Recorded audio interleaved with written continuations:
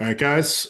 Just want to say I appreciate the time today. Appreciate the opportunity to talk to you guys about really something I think is important to understand in regards to how we approach some of our clientele nowadays. Anybody can sell a term insurance policy, anyone can sell a traditional whole life, anyone can sell an IUL.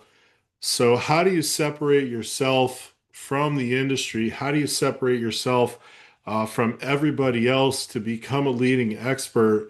And ultimately, when you can get this type of conversation down, you now enhance your value proposition not only to your customer, but referrals and everything else. So, if done appropriately, what this turns into is free leads for you where you don't have to pay someone and beg people for business. You'll have people coming to you. And that's really the design of what we'll talk about today is how can we start working with small business owners to provide a value proposition to them that ultimately leads to higher sales for you. So hopefully that sounds fair. We're going to get started here. And just to kind of understand the landscape and the conversation, what we'll be talking about is, the small business landscape unto itself. There is a retirement planning crisis. What type of protection that you need? Because once again, a lot of what we talk about is protection and retirement. But how do you take the protection piece and deliver the conversation to the right type of audience? How do you retain your executive benefits and retention? Some solutions we have, and ultimately the implementation strategy. So, diving in, we look at the small business landscape unto itself. If you see the small business makes up a majority of the business inside the United States, totaling over 90%. So there's over 33 million small businesses in the United States. 47% of the private workforce employed by small businesses. 43.5% of the U.S. gross domestic product is generated by small businesses. And really, it's 10 or less. So all the people on this call, present company included, is a small business. My company is two people. Okay. There's myself and my wife. That is all that is in Valor on the books. So we are a small business company. So when you think about that, key challenges that you might see with small business owners, cash flow management. 82% cite as their top concern. So they're always concerned about what type of cash flow is coming in and out of the business, ebbs and flows with seasonal changes, with government changes, and everything. So again, when I was talking about before we started, when you think about staying abreast of what's going on in this industry, that'll separate you from your competition because you know your customer better than anybody. Okay. So finding and retaining talent, there was a meme going around for a while, especially I think during COVID, where it was a conversation between a manager and the owner, and the manager was saying that their top person wants a $20,000 raise, and the owner was like, "Well, give it to him." And he's like, "Why?" It's like because the cost of actually finding new talent and retaining them is usually double than what you're typically paying someone. So there is a method to the madness in regards to finding talent and ultimately keeping them. Healthcare is always going to be important, regulatory compliance, and succession planning. So only 30% have a plan. So in my opinion, that is a huge deal. How many times do you have business owners where the buck stops with them? They don't want or they don't have someone to take over upon their retirement and it closes up shop. You see it constantly. Even here in Nashville, there were a couple restaurants that closed up shop because the owner just moved to Florida. He was retiring and he moved to Florida. So it happens. These type of things happen. So when we talk about a retirement planning crisis, we think of only 14% of small business owners actually offer retirement plans. We'll talk about why that's important later and how that'd be advantageous for you. 67% of owners have no formal retirement plan themselves. They often think the business is going to be their retirement plan. So, is that accurate? Maybe, maybe not. We don't know. We have to ask questions. 53% of owners expect to work past the age of 65, and the average retirement savings for owners is about 84,000. Why is that? Most people, again, can't get out of their business. They're proud of it, they love it, they don't want to stop working. It's part of their livelihood. So to step away from that is kind of an interesting thing. But depending on the type of work you do, construction, that's definitely a hard job to continue, for example's sake. Pencil pushing, typing on the keyboard, obviously that's not too painstaking and you can do that longer, but technology changes all the time too. So, and you think about average retirement savings for owners, 84,000, most of the time they're reinvesting in their business. So, all those things being considered, when you think about what you should really be doing is retirement savings should be between 10 to 12% or 10 to 12 times, I should say percent, your annual income. That's what you should be putting away. Oh no, it was the next line. So 10% of your take home goes towards retirement. So you should have a 300K income. That should be about a $3 million retirement savings or 30K per year towards your retirement. So once again, that's to have a fighting chance because with inflation, healthcare costs increasing and everything, not a lot of people are thinking about that. So, why are retirement plans not really offered? You have cost concerns. So, everyone talks about the fees, the fees, the fees, administrative burdens. Everyone thinks about, what it takes to actually put these plans in action. Too few employees. We'll talk about why that can be a benefit, and lack of knowledge about what type of options are available. So first and foremost, what I would say is you can understand the opportunity. There's trillions of dollars out there and owners who are willing to contribute more if they actually understood what kind of benefits they could get from it. And so when you think about that, what can we do? First and foremost, the foundation of everything I talk about is business protection. Anytime you talk to a business owner, you want to make sure that they have a foundation of protection in place. Anytime you talk about any type of plan, if there is no solid foundation for protection, the rest of the house will crumble. So we talk about things like buy sell agreements. When you think about that challenge, 70% of business owners have multiple owners. So let's say, for example's sake, I myself am a business owner partner with someone else, let's say John Smith.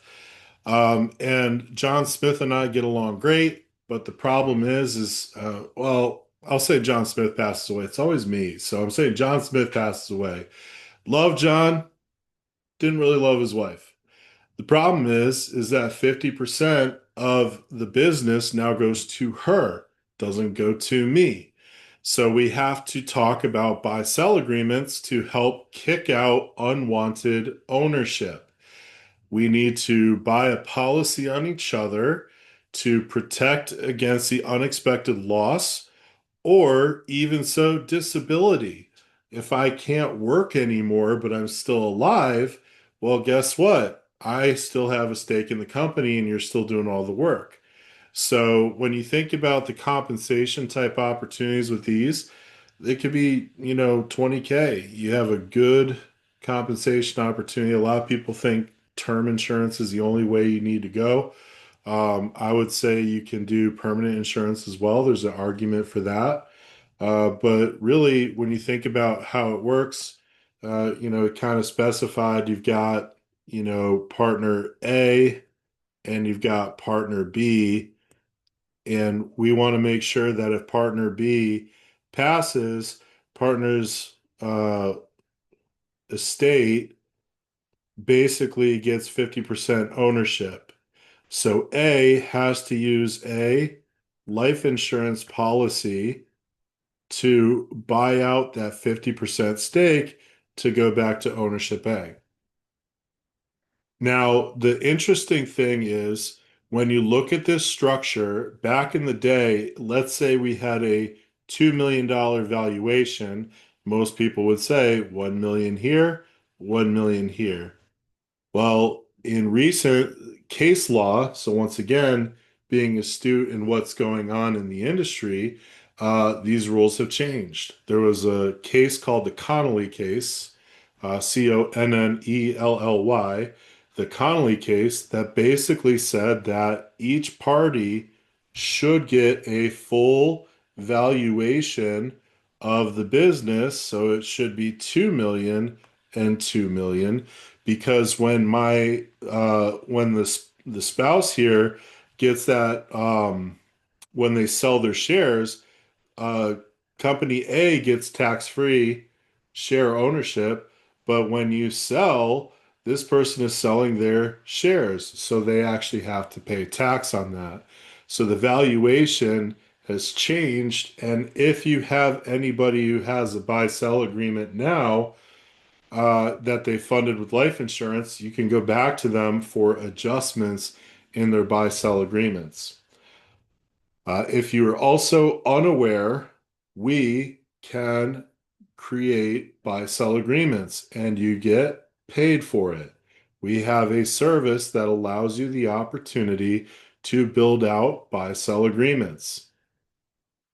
Same thing with key person. So if you think of how key person is set up, the big problem here is you have that one person, two people, the executive team who, if they weren't able to make it home tonight, now all of a sudden the business can fail. So we want to make sure that we protect them.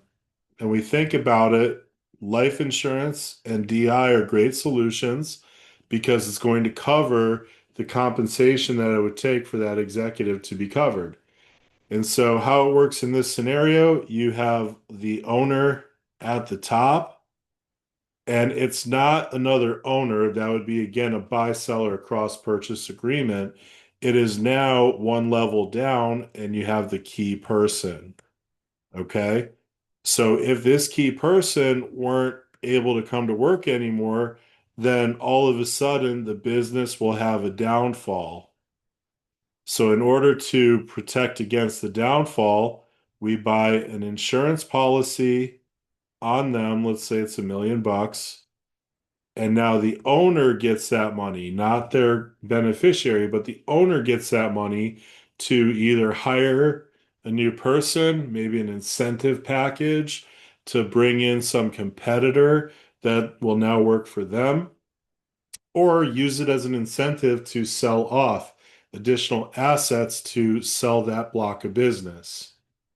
So that's how key person works. Typically, it is a term sale, but once again, if you buy a permanent product, those are assets that are built into the valuation of the business. So there is an advantage to doing permanent insurance as well. And then the executive bonus, you think about that key person. Once again, that key person, hard to replace. You go and tell a key person, hey, I'm going to put a policy on you in case you die. You're going to say, well, if I'm that important, you should make it worth my while. So typically what happens is the owner will have that key person that they will give them, say, for example's sake, a $20,000 bonus. Now that $20,000 bonus is going to go into a life insurance policy that is designed for cash value. And then that cash value will grow, giving that person a retirement plan. But also, this 20,000 is now a deduction for the owner. So the owner is going to keep their employee. Sorry, I'm just writing fast. So they keep their employee, they make them happy, and once again, you can write a executive bonus plan on it because it's a 5 or 10 year agreement. And so it's like I'm asking the key employee to stay on board to produce the way they've been producing or whatever. And then ultimately, in return, I'm going to give them a bonus that I don't have to give to everybody. It's discriminatory for a reason. It allows the opportunity for me to take care of some people more than others. And it's important for me because I want to keep them on payroll. I want to keep them doing what they're supposed to be doing. And they're the ones who are helping me keep the business afloat.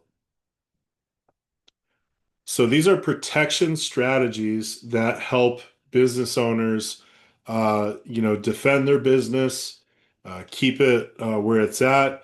But in all of these scenarios, we're not really focused too much on retirement, especially for the owner.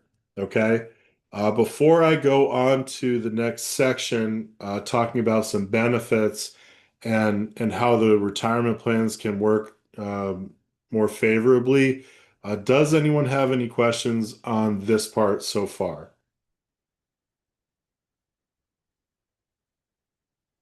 All right, just rocking and rolling.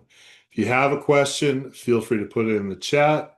Feel free to raise a little emoji hand or whatever, and we'll keep rocking and rolling. Okay, so reminder, we have the ability to write buy-sell agreements, key person agreements, and executive bonus agreements. Okay, we have a law firm at our hands where you can get paid to do all of that.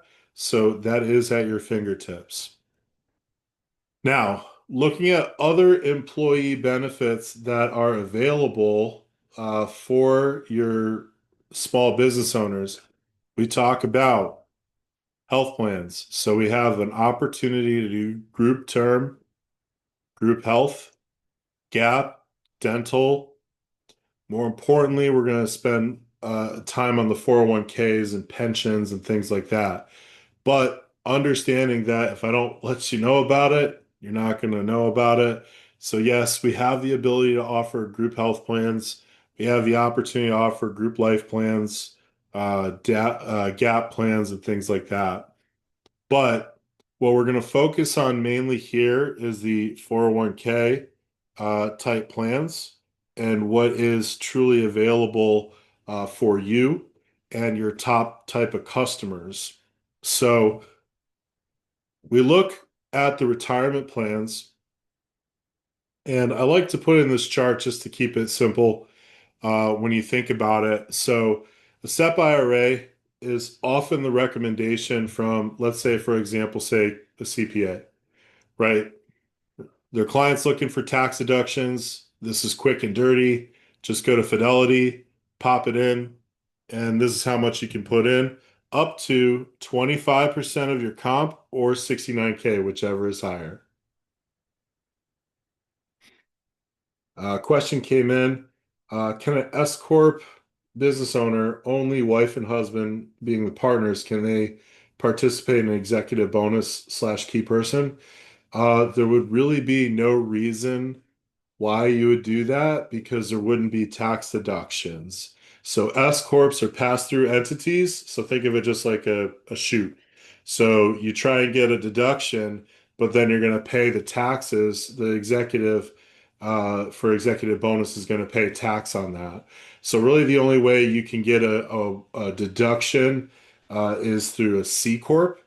And even then, I would say for the amount that you're getting a deduction for, it wouldn't be worth it.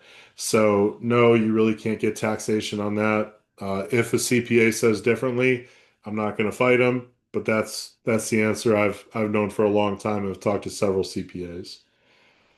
Um, Another question came in, what kind of business entity does the owner need to be to set up in order to qualify for tax deductions for that example of key person executive bonus? Um, So, really, from that standpoint, I'm an S corp. My wife and I own it. Let's say we employ our son Cameron, who is 17 right now, to be part of Valor. He's still a dependent, so I would not get a tax deduction for him, even if I gave him a bonus, because he is in my tax portfolio, right? I'm going to pay taxes on him and get deductions and this and that. Now, let's say my son separates from us and is now a independent and he still works for us, well, I can give him a bonus. I get the deduction because I don't claim him anymore. He's not on my taxes. I can get a deduction for the executive bonus. Not key person, not buy sell, only executive bonus. Okay. So there's a distinction between those. Even if the business owns it, if you're a pass-through entity, you should try not to get as those type of deductions. With the deductions you'll see here in a minute and what you can do from this side, those are just nickels. And I always say, why, why step over dollars to pick up nickels? So you'll see here in a minute why this makes a lot of sense. But hopefully that answered those two questions. Those are great questions. Feel free again to put any more in the chat, and we'll answer them as we go along. So SEP IRA, often seen as the very easy setup. Like I said, you could easily go to Fidelity, throw in $69,000 or 25%, whichever is less, into a SEP. We do have SEP options through annuities for customers, a couple different carriers at our fingertips for that. The cons here, the employees must get the same percentage. So if you are trying to keep it simple and you have a group of, 20 or more, say 1 to 10 employees, if you have more, everybody has to get the same deduction. These are set up by the owner for the participants. So right now, myself and my wife, we have a SEP each because our company is paying it for us, if you will. So from that standpoint, the set made a lot of sense. Now, looking back, I'm going to say there are some better options and avenues, and I'll explain why here as we go along. So 401k, as you can see, you can put 23,000, it's 23.5 really right now, that you can put into a 401k per year. It's going to go up next year. And if you're older, you get an additional catch-up provision. So 50 and older, you get a catch-up provision that allows you to put more money into it. Now, despite what some organizations structure people believe, a 401k is still advantageous. We do not know what the future holds in regards to if taxes will go up, taxes will go down. The belief is that you have to find several ways to get you to the retirement you deserve rather than the one the government is going to give you. Why do I say that? Well, 23,000 or 23.5 is a lot if your salary is $60,000. That is roughly a third or a little bit over a third that you could put away for your retirement. Whereas if your salary was 400,000, you are not putting away a third of your paycheck. Then there are limitations, as you can see, 23,005, which I have to fix the slide. Um, so you have the ability to, put something away. It is voluntary. And the reason why this is important for the business owner is anytime you have someone in these type of voluntary plans, when I say voluntary, you have to give it to everybody, but the employee can choose to voluntarily defer money in it. You get a tax deduction. So it's about $200 in tax deductions per participant. And you also get a up to $5,000 credit per year for 3 years with the Secure Act 2.0. The government is looking for ways to give people deductions to set up these type of retirement plans for their companies. If you're in California, you are required to have a retirement plan if you're a business owner. Most of them did the last ditch option, did the Cal Savers or whatever it's called, and it's a really bad plan, but it was something that they put in place to not get penalized by the government. those are great people to come back and talk about some of the ways they get more deductions. And as you can see here, this is for 10 or more, but you can do solo 401ks. They usually say because of the fees, you would want to do it for higher than 10 employees. But with the Secure Act 2.0 and everything from that standpoint and the deductions, there's a good argument on doing the 401k. Another good reason to do the 401k is you can stack it with the profit sharing plan. So you can technically get up to 69,000, which is just like the SEP, okay? It is flexible employer contributions, so they can choose based on profit how much they want to add into these plans. The downside, which sounds bad, it is not discriminatory. So, like we talked about, the key person plans and the executive bonus plans, I should say, are discriminatory. You have to give it to everybody in your organization, the profit sharing plan. So it's good for people who have very varying profits. You know, flexibility is key. So if you have a down year, you can reduce, up year, you can increase. But once again, it has to go in for everybody. Then we get to the big fish, the kahunas here, if you will. Defined benefit plans or pensions. The 412(e)(3) plan is a type of pension. Okay. And you're talking massive deductions. We're talking six-figure deductions for both of these. They have very high limits, maximizing deductions. The reason why we like the 412(e)(3) is it uses solely life insurance and annuities to get the process done. And we'll explain why that's beneficial for the customer. You must fund it. It is complex, but guess what? We've got a team to help with that. Typically, what you find is older owners. So if you have someone, and I don't want to say old, older, 50 plus, if you will, who are now getting closer to that trajectory of retirement, this would be a very big opportunity for them. So when we look at how this works, we have a foundational plan that starts, it's almost like, as my buddy Matt says, an upside down wedding cake. A 401k starts, and that is voluntary for participants to join in. This is a decent tax deduction for the business owner. Once again, let's just say people put it away 23.5 into this retirement plan. Well, now we start stacking on top of it. Okay. Next, we have the profit sharing plan.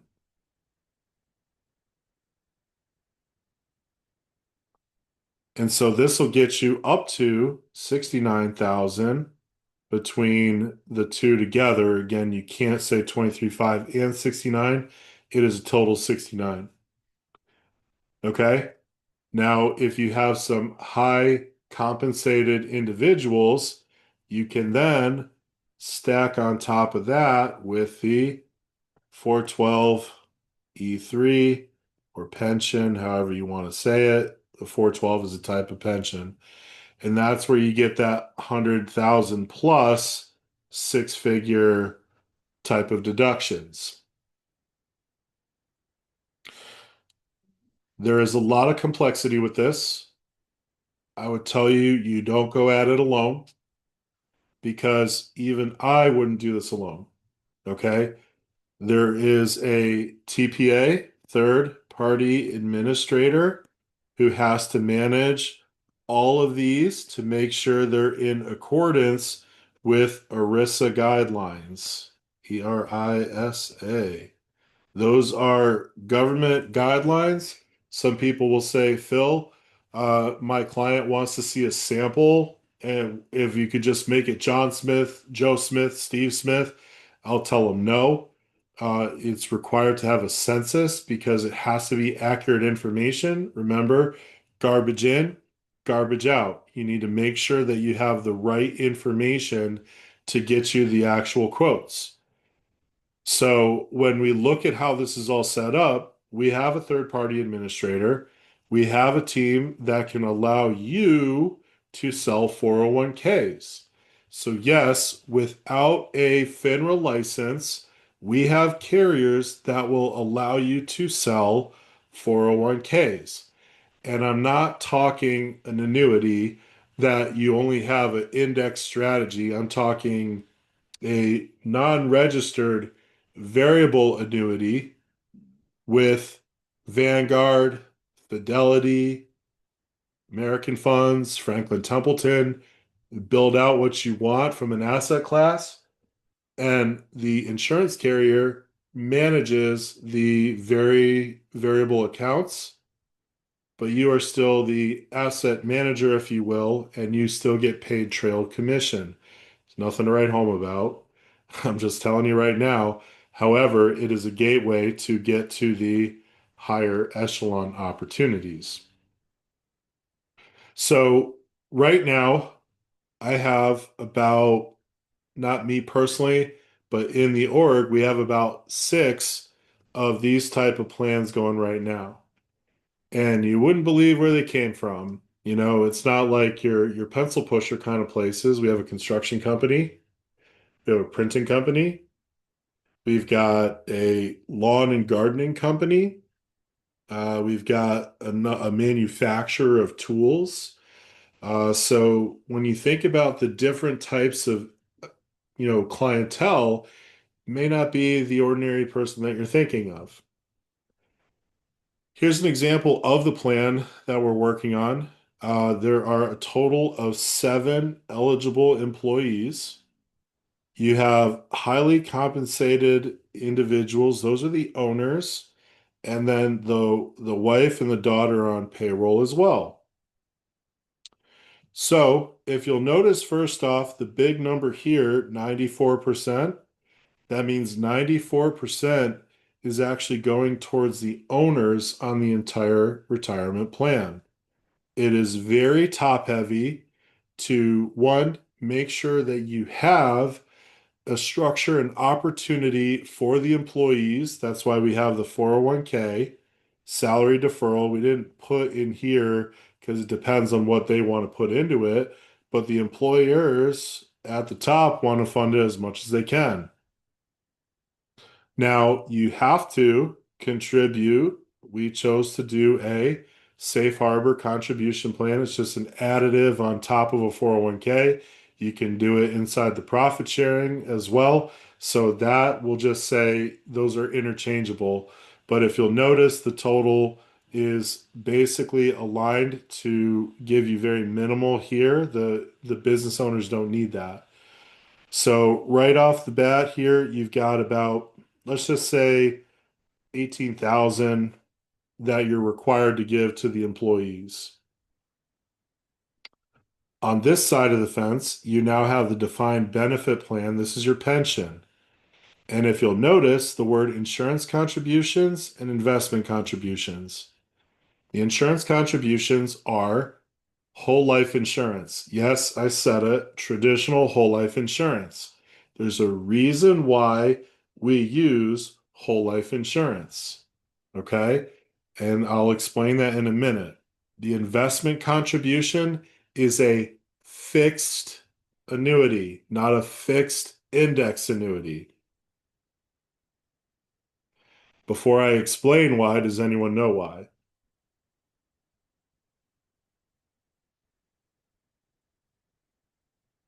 No one wants to take a guess? I know why. Tell tell me why, Michael.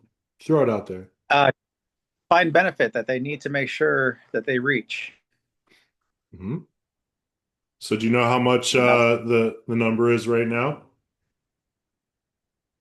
I'm not sure.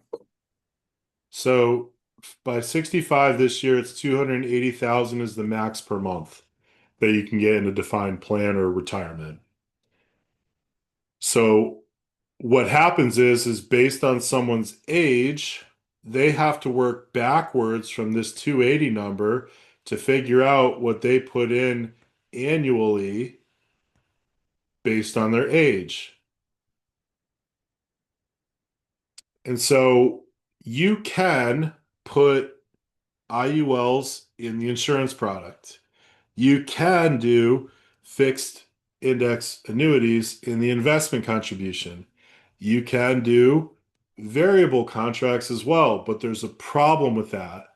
Okay? The reason is that if the investment account goes down, the business owner has to make it whole by the end of the year to abide by the guidelines of the plan.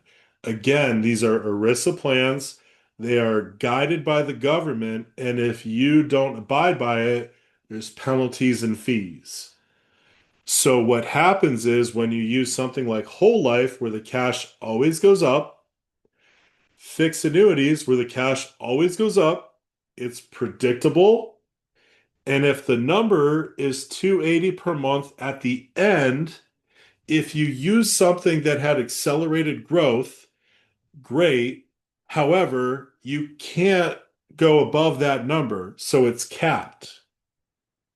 So if I try to use something that had a higher growth trajectory, all I'm doing is hurting myself because I don't have the same tax deductions every single year. I actually lose the opportunity for more tax deductions. Okay? So we want something safe, we want something secure, and we want something predictable.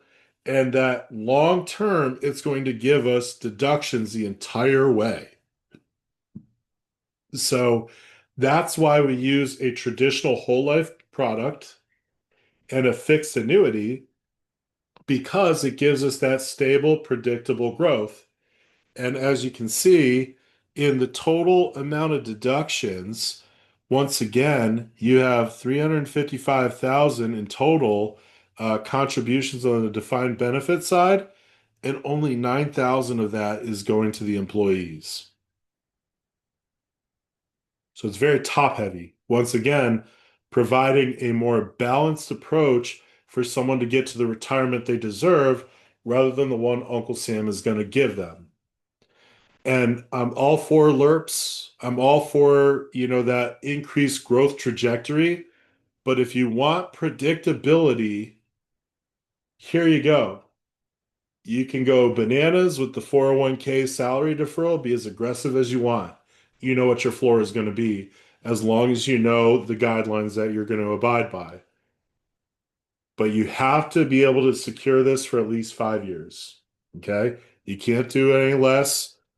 You can, if, for example's sake, you sell your company, you can use this as an additional benefit. So if I funded it for 3 years and then I want to go and sell it to a bigger company, right?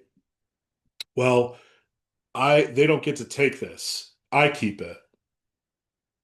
And then I sell it off, and then I convert the insurance to whatever I want it to be. I can roll over the investment part to whatever I want it to be, whether I put in a fixed annuity, a guaranteed income annuity, whatever. But it's designed to be set up for me to have a guaranteed retirement plan already. So, what am I getting? I'm getting multiple contributions. So 355 is going towards me as the owner, a total of 458,000 heading towards that tax deductible opportunity. And at my marginal tax bracket of 40%, I'm saving a boatload of money on that, 183,000, or excuse me, 156,000 in benefit cost. So I'm getting deductions, I'm putting more money towards retirement. And, I'm also retaining employees because now I have 7 employees that I gave a 401k plan to, a profit share, and part of a defined benefit plan. Now, if they choose to leave within the first 6 years, so there's a 5 year cliff. So if you leave in the first 5 years, this profit sharing piece goes up into the kitty for the business owners. So willingly or unwillingly, if they leave before 6 years, all that money goes back up to the big kahuna. So there's guardrails in place. It's another reason to help keep employee retention because you're providing a service to your employees. And again, you're getting massive tax deductions to help the taxes for today and the retirement for tomorrow. So where do you find these type of clients? What tools are needed? What's the process? It's very easy. So any business owner is a prospect. Okay.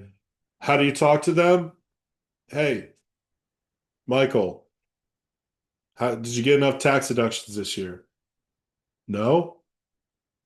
If I could show you a way that'll help you retire the way you deserve and give you more deductions, would you be interested?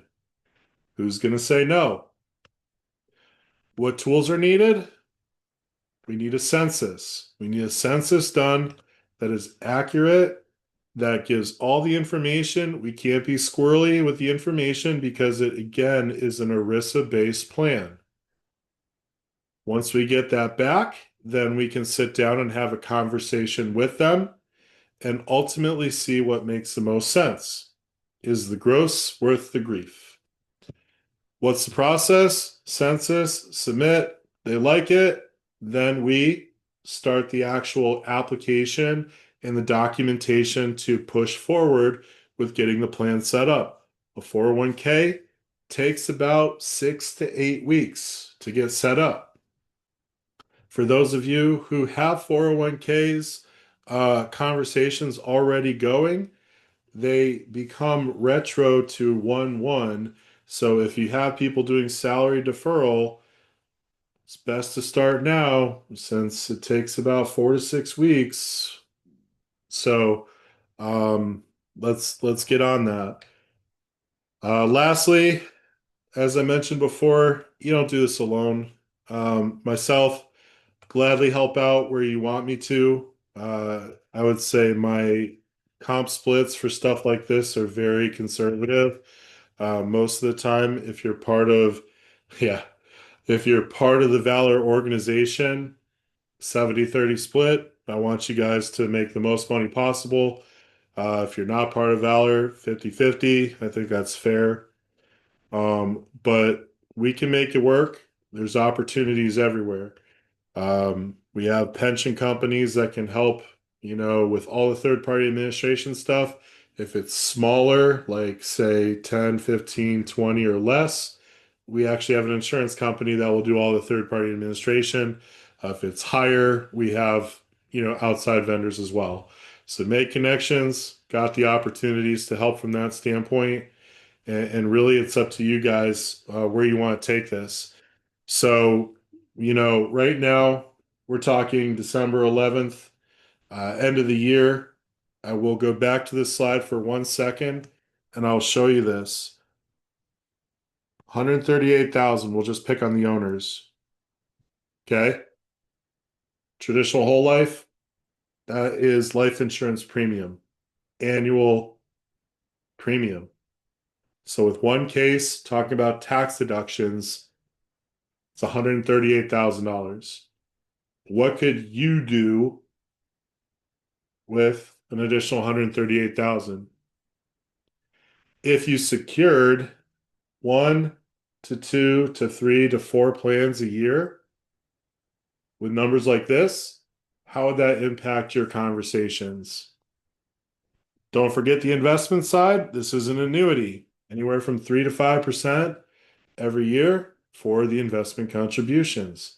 So, how will that impact and grow your business? If you can do your norm and integrate 1, 2, 3, 4 plans, think once a quarter is your target goal. You know, how will that impact what you do for yourself, for your business? And don't forget, there's 7 employees here. Do they have spouses? Do they have kids? Let me tell you what else I do. They open the door to free leads, free opportunities to do financial literacy courses to help the rest of them. And I tell you this right now, if you do right by one, They've got friends. It is a huge opportunity. We did this in North Carolina this past week for two people. This is one of them. And then after the meeting, we had four more people who said they want to sit down and talk about this. They're out there. You just have to know who to talk to, how to talk to. Where do you start? Great thing. You got some people who can help support you. That's my cell. That's my email. We got appointments.valorfs.com. That is my site where you can book a time. I do stay pretty religious with the calendar because I do have people calling me, and if I have it on the calendar, that is your time. I don't care if you're a top producer or brand new. That is your time to partner with me, learn, grow. That is what I'm open for. So anybody who wants that time, it is your time.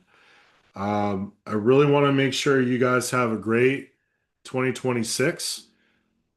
These are ways that you can do it. So I appreciate everything that you guys do. Please let me know if you have any questions. And this will be on the YouTube channel too, if you want to take a gander at this goose later. But aside from that, anyone have any questions? Anything? Raw burst of emotion. All right. Thank you guys. Again, we have one more training this year.